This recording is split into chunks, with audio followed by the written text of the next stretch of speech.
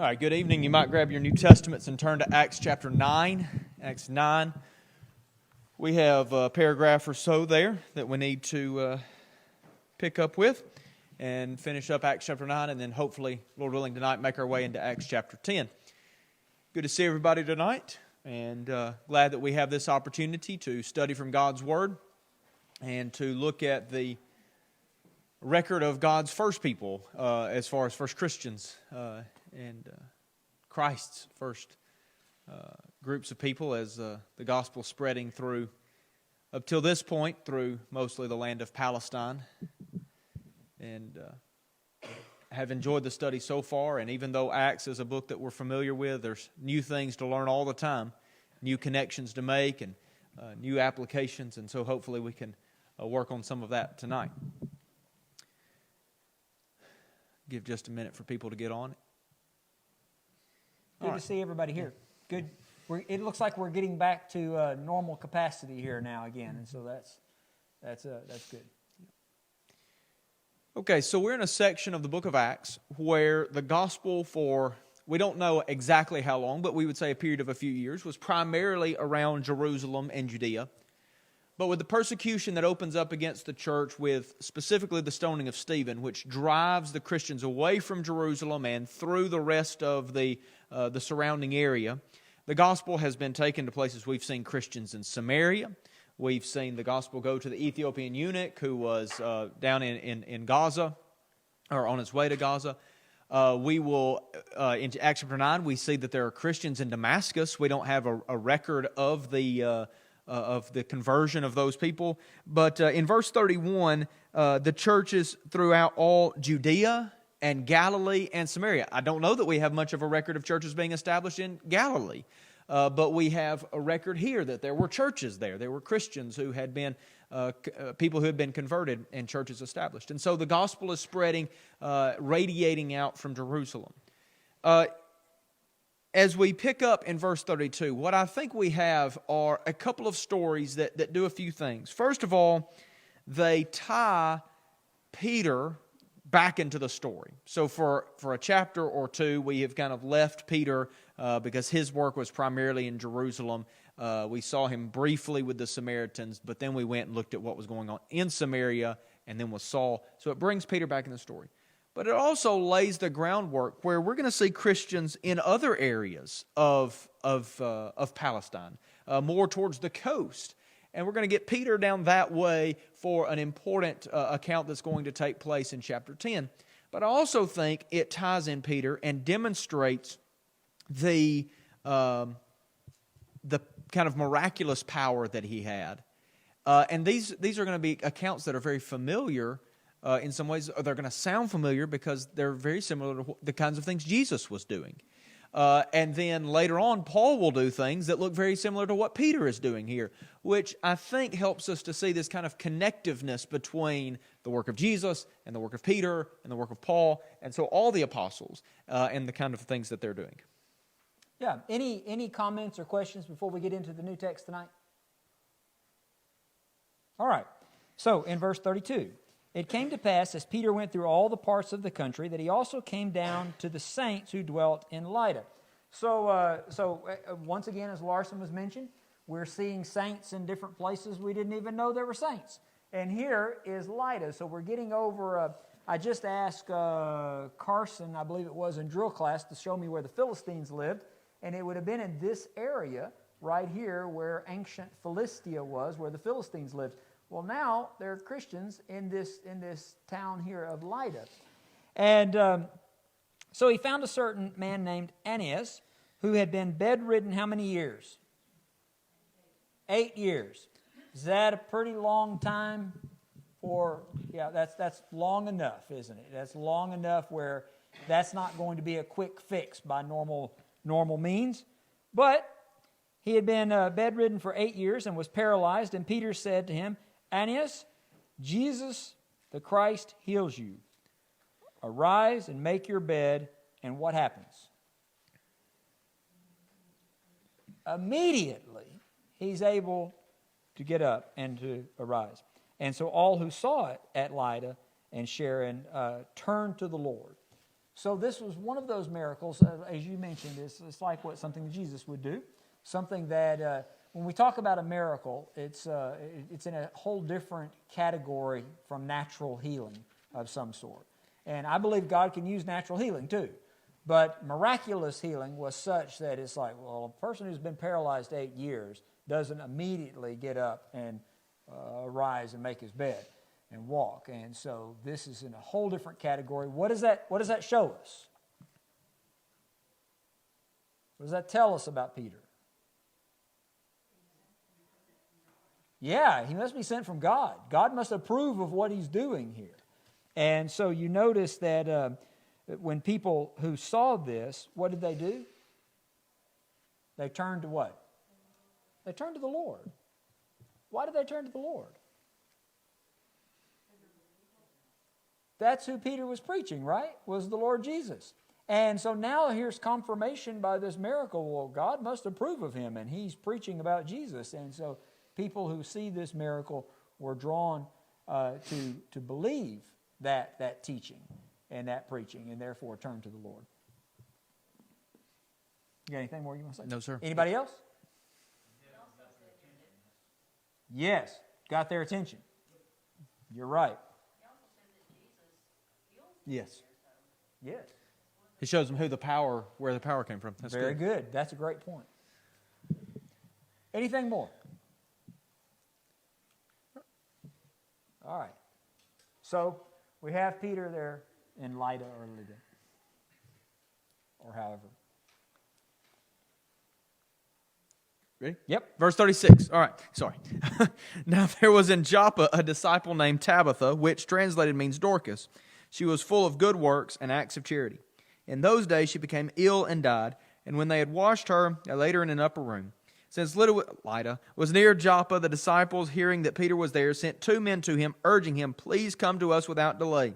So Peter arose and went with them, and when he arrived, they took him to the upper room. All the widows stood beside him, weeping and showing tunics and other garments that Dorcas had made while she was with them. But Peter put them all outside and knelt down and prayed, and turning to the body, he said, "Tabitha, arise." And she opened her eyes, and when she saw Peter, she sat up.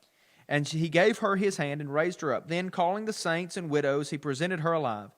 And it became known throughout all Joppa, and many believed in the Lord. And he stayed in Joppa for many days with one Simon, a tanner.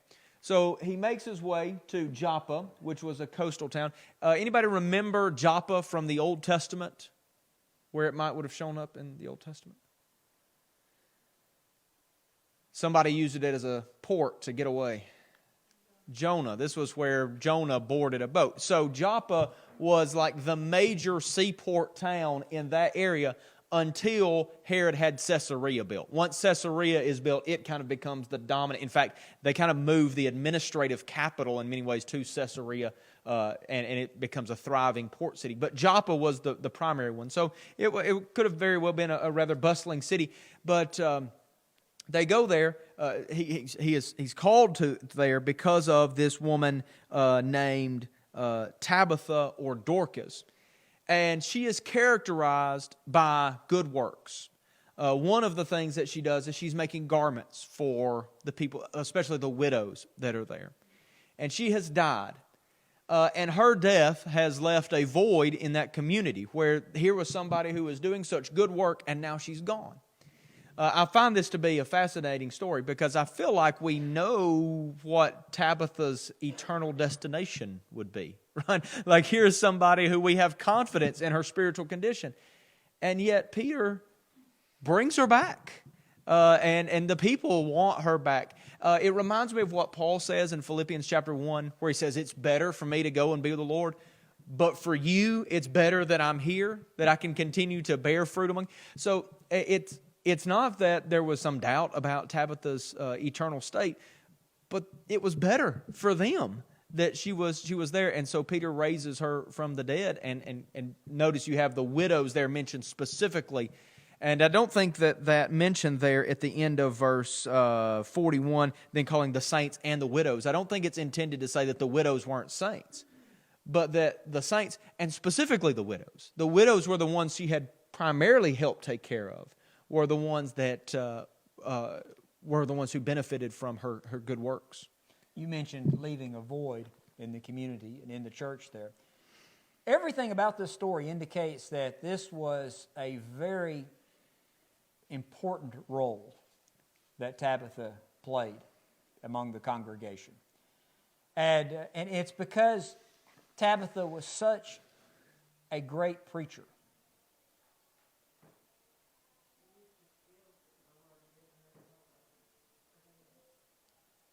Was she an elder?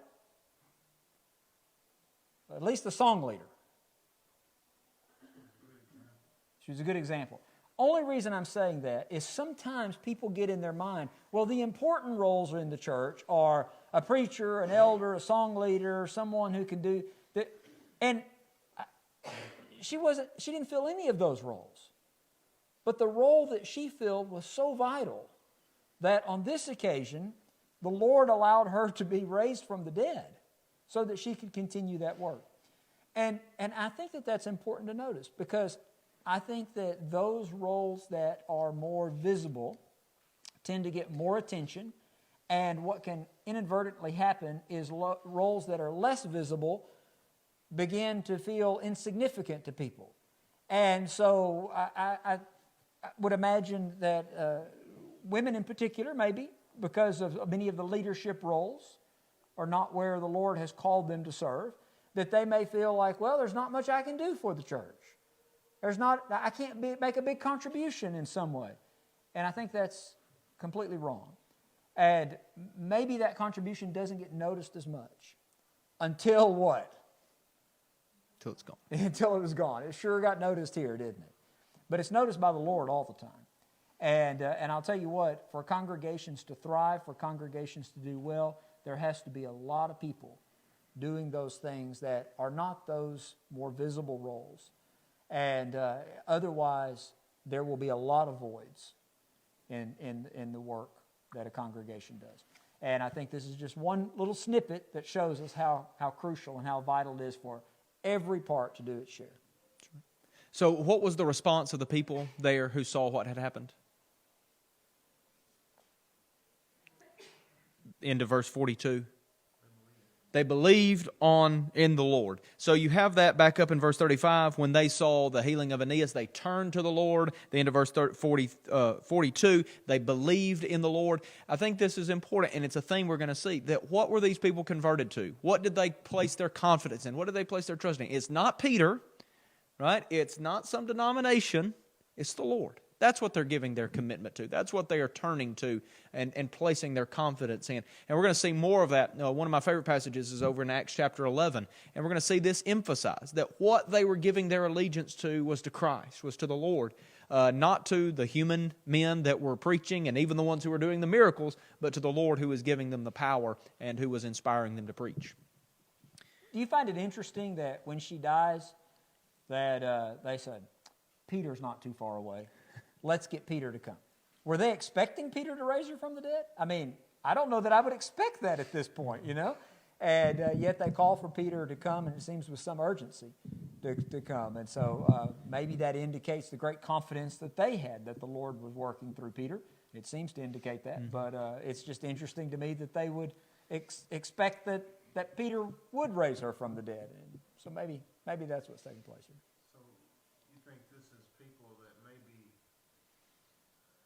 Weren't exactly sure and didn't believe just on the preaching, and then when they saw this, it convinced them. Is that what?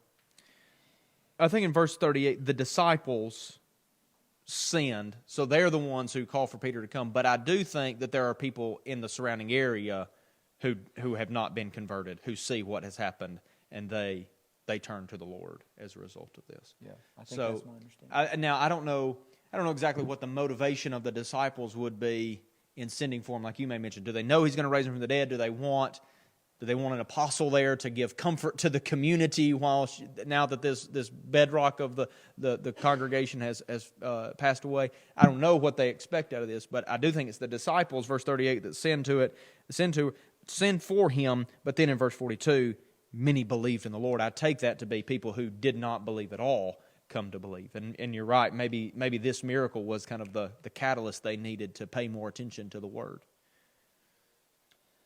Tom Hawley talks about when you read through your Bible to, circle things that you notice standing out. One of the words that would be interesting to go through and read it several times and circle is prayed or prayer. Just notice how many times that comes up in the book of Acts, because here when Peter comes, he puts everybody out, and what does he do? Verse 40, he knelt down and prayed on this occasion.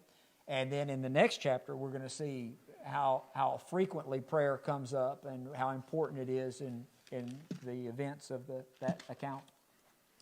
Anything else before we move on? So there's one other significant thing that I think that is brought out by Luke. Where is Peter at now? He's in Joppa. All right, the location is we're following a theme of location. By the way, in the drill class, we work on map work. And I don't know if it helps everybody as much, but it really helps visual learners to be able to think about on a map where these events took place. It almost becomes an outline in your mind of the account and the story. And so you can almost trace the book of Acts by looking at the map. You can do that with the whole Bible. If you know the geography of the Bible, you can start off and say, okay, somewhere right here was the Garden of Eden, and you just continue to trace Mount Ararat, where the ark landed, and so forth, and continue to trace that. So it becomes, for visual learners, it becomes an outline of the account. And so Luke is giving us the details here in a way that helps us to remember it in a number of different facets. The map will help us in this as well. So he's at Joppa. And now as we transition into this next story, we're going to see the relationship between Joppa and where the next account's going to take place. Anything else? All right. So, chapter 10, verse 1. There was a certain man in Caesarea. So let's look where Caesarea is at. Caesarea is going to be up here. And you mentioned a second ago that Joppa was the major port city. Herod the Great built Caesarea, built a port there. It becomes the major trading port for sure. You mentioned the administrative capital of Israel is now at Caesarea also.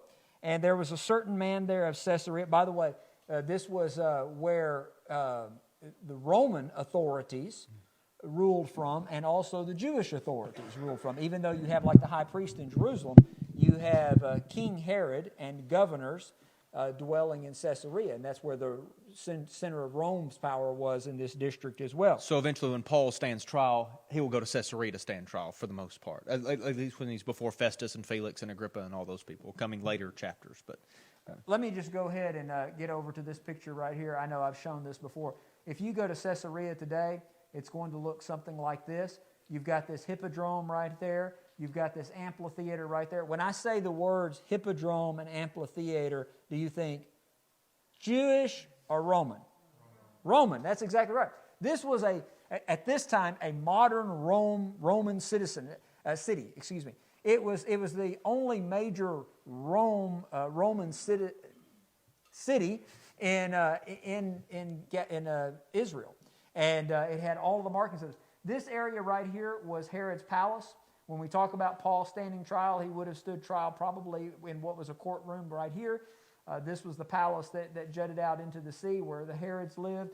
The amphitheater right here is where, remember the Herod that they shouted, "The voice of a God and not a man." And what did God do? Struck him with worms and died. Well, that account took place right there in that amphitheater. Excuse me. So anyway, that's Caesarea. That's what's taking place there. So this individual in Caesarea, his name was Cornelius, and Cornelius was a centurion. What's a centurion? A Gentile. All right.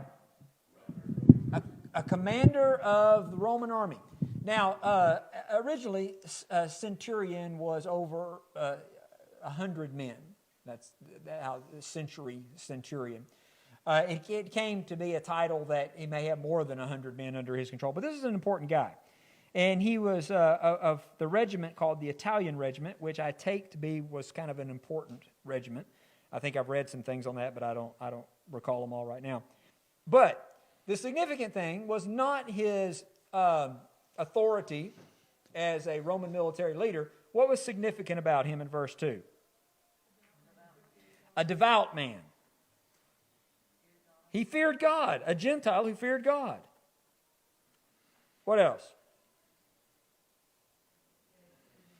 He was generous in giving alms. And what else did he do? He prayed. To who? How often?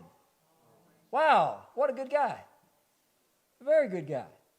How many of you would like to say, I wish that described me? I would like to be described that way.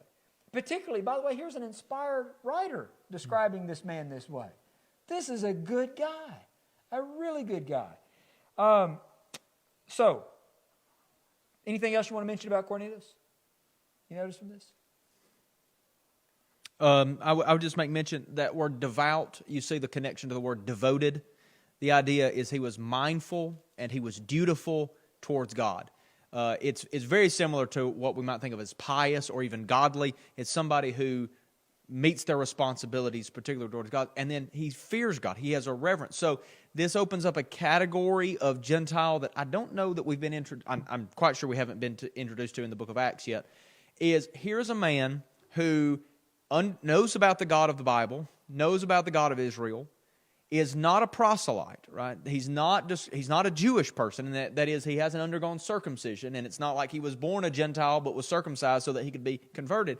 But he's described as one who fears God. And we will see throughout the book of Acts this category of people, and they will be called God-fearers. Sometimes they're the believers or whatever. But these people are people who believe in the God of the Bible but have not undergone the full conversion to Judaism. And it appears in some ways that was, at least in part, pleasing to God, but he's missing something. And we're going to talk about that in just a second. But it's important to see that this man... So sometimes the false doctrine of Calvinism talks about the idea that apart from some kind of miraculous work or whatever, that people are just wretched and totally depraved. I don't think that's what you see in Cornelius. I think you see a pretty good man. I think you see a man who has been touched by the message of the Old Testament and struck by the moral code of the Old Testament and is being influenced by that. But he doesn't have the gospel yet. And so that's going to be something that's required. But I think it's important to highlight, here's a good man who still needs something else. Anything else? All right, verse 3. About the 9th hour of the day, he saw clearly in a vision an angel of God coming in and saying, Cornelius. And when he observed him, he was afraid. That happens pretty frequently when angels appear to people in the Scripture. And he said, what is it, Lord? And he said to him, your prayers and your alms have come up for a memorial before God. I want to, anybody have a different rendering, any words used in your version that are different from that? Your prayers and your alms have come up for a memorial before God. Ascended? Okay, all right. Memorial, what does memorial mean? Remember. All right, so he prays always to God. Does God hear those prayers? It seems that he does. And his alms, what are alms? Yeah, his charity, his generosity. Has God noticed that? Yes, it has. What is it reminding God of? It's a memorial for God. What does it cause God to remember? I think that's exactly right. Now, it can be that it's reminding God, hey, Cornelius is a man that fears me and is trying to do my will, and I need to note him. You remember with Job, how God said, have you considered my servant Job? God remembered Job. He paid attention to Job because he was one who feared God. Here's one who fears God. And what he's doing, his actions come up for memorial before God. But I think what Gerald said is exactly right. It's a reminder. Here's a Gentile that is seeking the Lord, striving to please the Lord. And the Lord had promised back years and years and years before that through Abraham's seed he would bless all nations of the earth, that the Gentiles would be called. And here, men like Cornelius, Gentiles who feared the Lord and were seeking the Lord, their actions were a memorial for God to remember that promise that he made. And now he's about to deliver on that promise that he had made. Anything through verse 4? Right, so verse 5, and now send men to Joppa, and bring one Simon, who is called Peter. He is lodging with one Simon, a tanner, whose house is by the sea.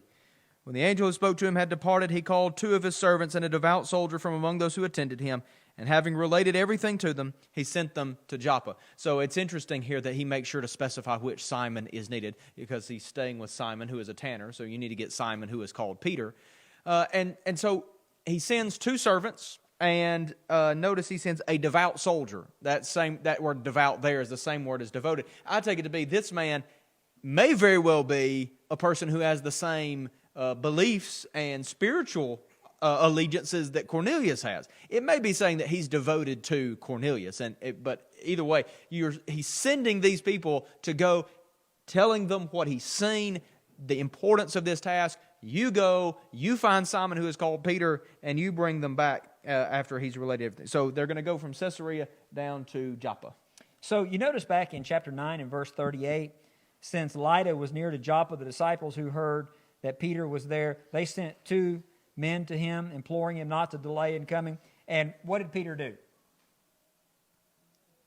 He went. He arose and went. All right, so when the brethren in another city call for Peter, he immediately goes. You're going to have Cornelius call for Peter. Now, let's just stop and think about this. Do you think Peter is going to go? Gerald's shaking his head no. What do you think? Why would he be more hesitant?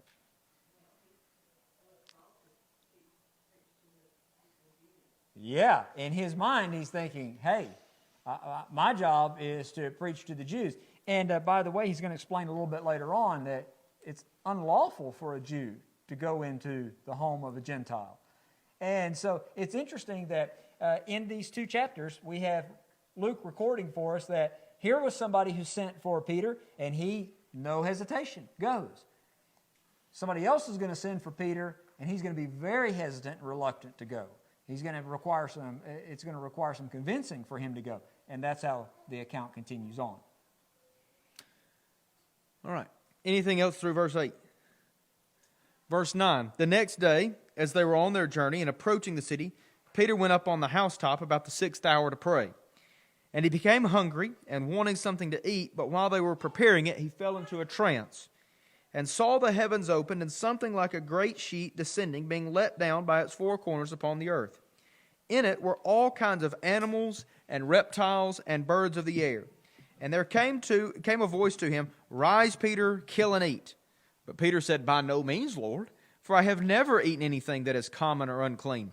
And the voice came to him again a second time, What God has made clean, do not call common. This happened 3 times, and the thing was taken up at once to heaven. All right, so Peter is praying, 6th hour of the day. It's about lunchtime, right, 12 o'clock. And he is getting hungry. He wants something to eat. He falls into a trance, sees this vision, this sheet let down by the 4 corners. What's on the sheet? All kinds of animals. And I think the emphasis there is on all kinds, right?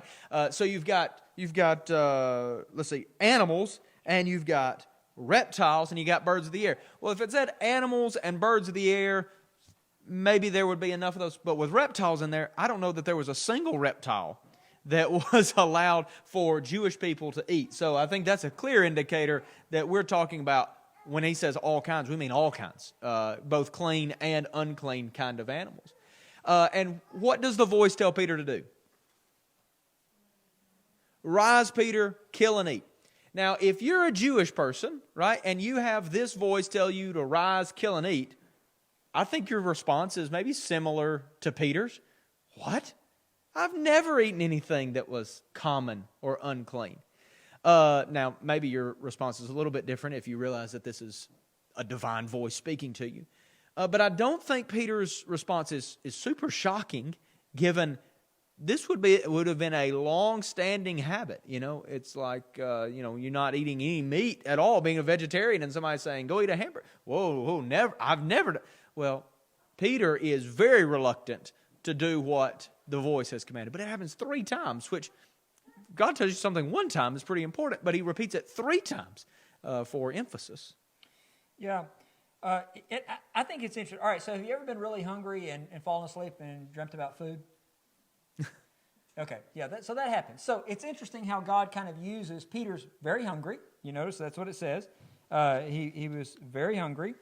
And I think it's interesting that Luke tells us it wasn't just that he was hungry. He was very hungry. And he falls asleep, and God uses that hunger and kind of plays it into the vision here so that he sees. So I want you to picture this. Here is a strong desire, very hungry, and then here is an abundance of food presented to him. There's one problem. This food is unclean. It's common and unclean. So here's a strong desire maybe to eat it, but it's off limits. God has said it's unclean.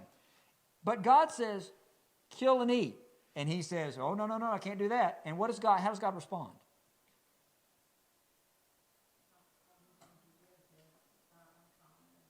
That's right. That's right. What God has cleansed, you must not call common. Here's a desire. Here's an abundance to fulfill this desire, but it's unclean. And God says, no, it's not. I've cleansed it. It's not unclean anymore. So how do you think this is going to play out? First of all, Peter doesn't know at this point. But what do you think? Let's say you don't know the rest of the story yet, but up to this point you're tracking here. And what could this be? Life lesson for him. That's right. Knowing what we know about Cornelius prefaces, he didn't know about Cornelius yet, we do. Knowing what we know about Cornelius, and God said, your alms have come up for a memorial before me, your prayers and your alms, and now Peter receives this vision. What do you think the strong desire and the abundance that has been off limits but is now cleansed might be? Could be what? A trap? Okay.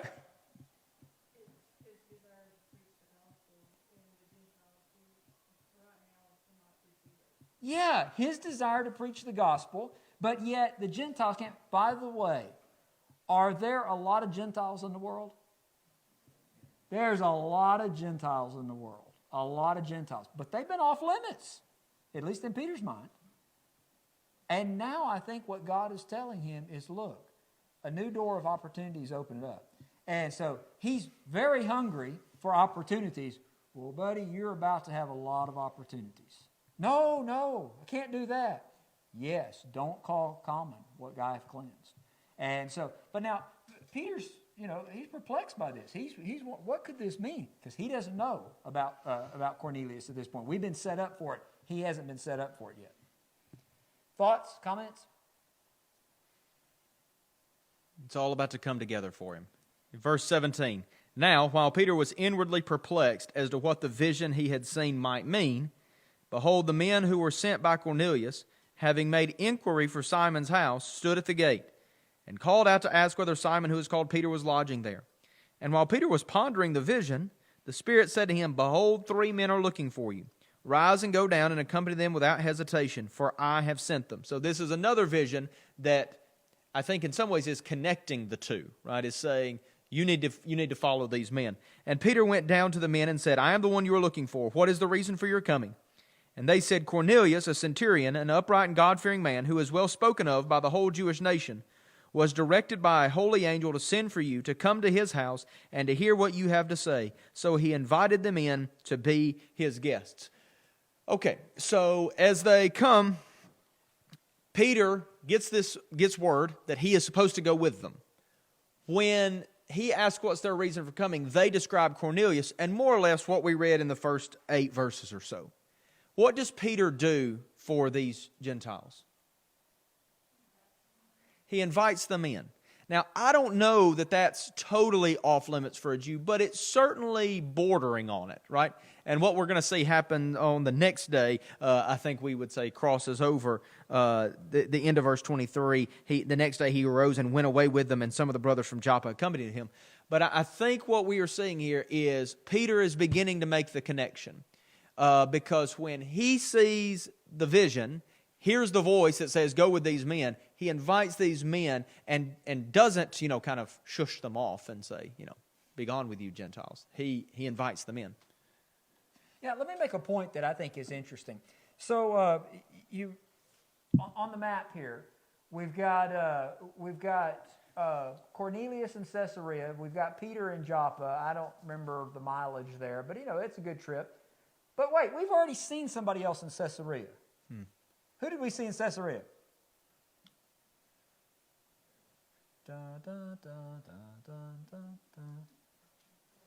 Philip. Philip the evangelist. What do evangelists do? They preach the gospel. Hey, Philip, why don't you go 2 blocks down and talk to Cornelius? Why in the world would you send all the way to Joppa for Peter?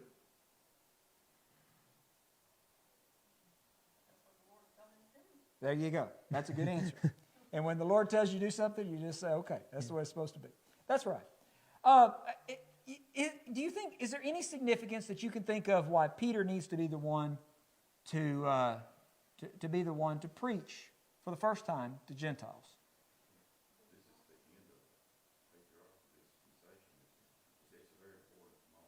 It's a very important moment because it is the end of a dispensation. You're right. It's going to have to be defended. Yes. And who probably carries more influence, Peter or Philip? Peter. You're probably right. That's a good point. If you will, take just a second, and you can correct me if I'm wrong on this. Turn back to Matthew chapter 16. I want to notice something that Jesus said in Matthew chapter 16. This passage is abused, I think. I think the Catholics have abused this passage or misapplied this passage at least. But when Peter makes his confession of who he believes Jesus is, Jesus responds in chapter 16 and verse 18, verse 17, "Blessed are you, Simon Bar-Jonah, for flesh and blood has not revealed this to you, but my Father who is in heaven. And I also say to you that you are Peter, and on this rock I will build my church, and the gates of Hades shall not prevail against it. And I will give you the keys of the kingdom of heaven. And whatever you bind on earth will be bound in heaven, and whatever you loose on earth will be loosed in heaven." All right, now I know that he said that same thing to the other apostles. But this idea that I will give to you the keys of the kingdom of heaven. The first time the gospel is preached, the record we have, whose sermon is it that's recorded for us? Peter's. All right, now who is that preached to? But is the gospel just for the Jews? It's also for the... Guess who's going to be the first one to preach the gospel to Gentiles? Peter. And so it seems to me that maybe the significance of Peter, as Gerald said, that he's going to be the one that is probably going to carry the most influence in convincing others that this is what God wants done. But also, maybe it's the fulfillment of the promise that Jesus made to him all the way back there, that you're going to be the one to open the door to the kingdom, to these people. All right, that's all I have on that. Also see here too, I think that the details that the Spirit gave him were given for a reason too. I don't think Peter would have went had the Spirit not made this defense for Cornelius, what kind of man he was and that. I think that's exactly right. That Peter would not have had the... He needed some strong evidence, and the Spirit revealed that, gave that evidence to him.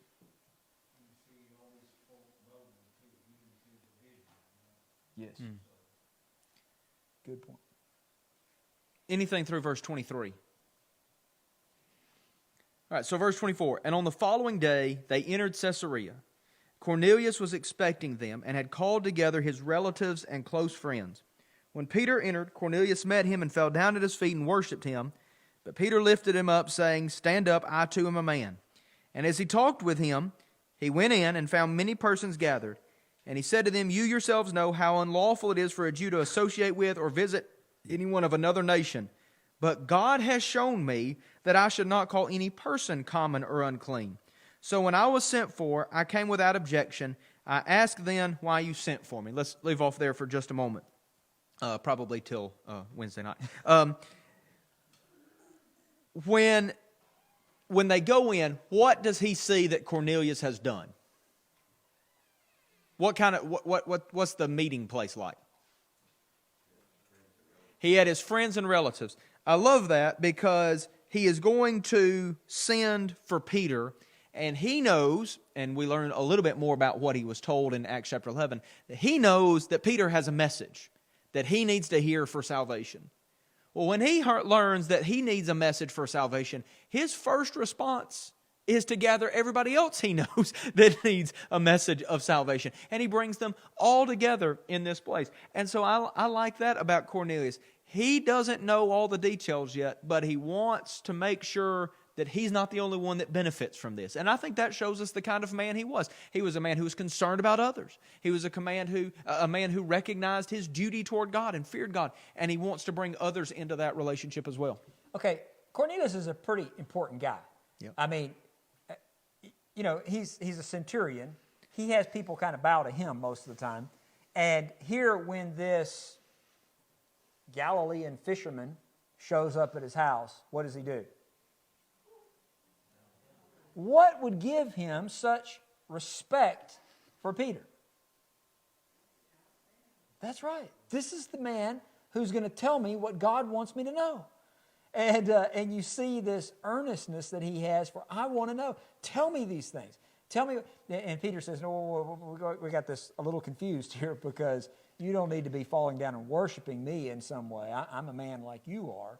And so get up. But now, Peter's still a little bit confused here. I don't know what I'm doing here, really. I was told to come. I was told I had to change some of my thinking to even make this trip. But I'm still not exactly sure what I'm supposed to do at this point. And so I think that's interesting. Yeah, let me raise something that I find, I use the word interesting a lot. This may or may not be interesting. I think it is. At the end of verse 28, he says, God has shown me that I should not call any person common or unclean. Where did God say that Peter shouldn't call a person common or unclean specifically? He said he shouldn't call a rattlesnake. He shouldn't call a rattlesnake. Well, yeah, a rattlesnake may be still unclean. I'm not sure. Yeah, no, I don't think he specifically said you shouldn't call people unclean or common anymore. But I don't think Peter's wrong that that's what God was saying, obviously. And here's, I think, the connection that's making. Leviticus chapter 20 is the text that lays out all of the clean and unclean animals that the Jews were supposed to eat and not eat.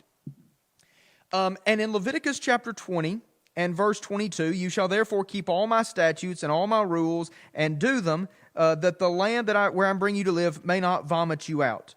I said that. Leviticus 20 is not the chapter. It's Leviticus 11 is the chapter. But notice this in verse 25 of Leviticus 20. You shall therefore, verse 24. 1 second, I'll get this right. But I have said to you, you shall inherit their land, and I will give it to you possess, a land flowing with milk and honey.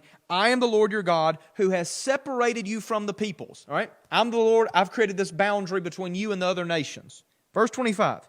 You shall therefore separate the clean beast from the unclean, and the unclean bird from the clean. You shall not make yourselves detestable by beast or by bird or by anything with which the ground crawls, which I have set apart for you to hold unclean. I've separated you from the nations. Therefore, you separate out the clean and the unclean. I think the point there is that this is it's a symbol, it's a picture of the kind of separation that I have made between you and the other nations. I want you to remember that by creating this separation in the food you eat. Then verse 26, You shall be holy to me, for I, the Lord, am holy, and have separated you from the peoples, that you should be mine. And so you have the word separated in verse 24, verse 25. The same word at the end of verse 25 is set apart. Same word separated in verse 26, separated you from the peoples. What I see here is that God tied in the Jews' separation from the other nations with them discriminating between the foods. And so when Peter comes to the conclusion that the boundary of food is no longer a separating line, that there should no longer be discrimination in that way, and then he has these Gentiles come, he gets the point. I think he knew Leviticus, right? Because what happens is he is able to see, well, if that connection was made because of our separation from the other peoples, maybe that line doesn't exist anymore either. And I think he's exactly right about that. And so as he ties all this together, he's going to say, God told me not to call people unclean. Now, what he said is, don't call common what I have cleansed. And it looks like it's referring to food. And it is referring to food. But not only food, because of this connection, I think, that's made in Leviticus chapter 20. All right. And that's all the time we have. I used it for that. So I hope it paid off. Any final thoughts from anybody? We're in verse 30 starting for Wednesday night. So we'll try to pick up there. Thank you for your good attention. Appreciate the good comments too. Y'all have a good night. Thanks for watching. If you found this video to be beneficial, please follow us on Facebook or subscribe to our YouTube channel. Feel free to share it with others that you feel like may benefit from it. If you need to contact us, please contact us via email at quinn.church@yahoo.com. Also, if you're in the area, we would love for you to come visit with us at one of our assemblies. Have a good day.